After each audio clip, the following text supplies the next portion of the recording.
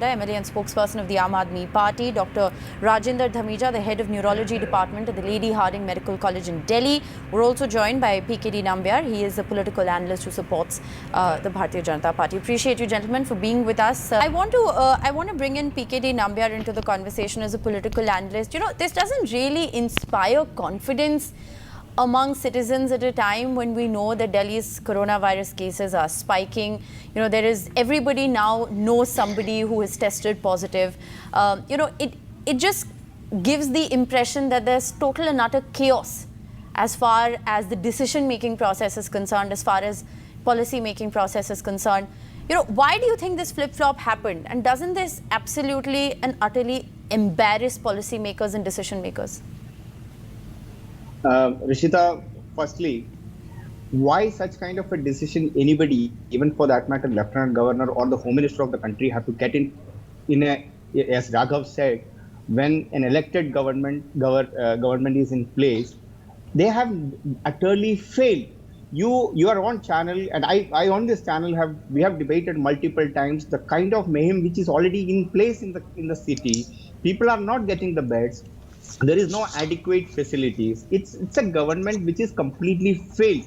You look at from the point of view of the testings have been come down. The beds are not available. The people are running pillar to post for getting a bed for themselves to get treated themselves. The number of patients are going up every day. Okay. Imagine 2.5 months of time, Rishita. Where have this elected government? Were they sleeping? 2.5 months of time. Raghav, I will give you a chance to respond. But Mr. Nambiar, let me just ask you a very quick follow-up question. I want to complete my statement. No, let me just ask you a very quick follow-up question. You know, you're saying that the Aam Aadmi Party government in Delhi has failed. You know, let's just take that at face value for a moment, and let me ask you a counter question. You know, by a 24-hour decision being announced and then being revoked, you know, you're not, the central government isn't inspiring confidence. It's just leading to more chaos. The question that, you know, a lot of citizens of Delhi want to ask today is who's in charge and what's happening? Because if the AAP government is failing, as you're saying, then you're not inspiring any confidence. The Lieutenant Governor of the Home Ministry isn't inspiring any confidence either by making these ad hoc decisions without taking anyone into consideration. I'm not a great fan of taking any decision by anybody, whether it is a Lieutenant Governor or even the Arvind Kejriwal, for that matter, taking a decision which has not been a proper consultative decision.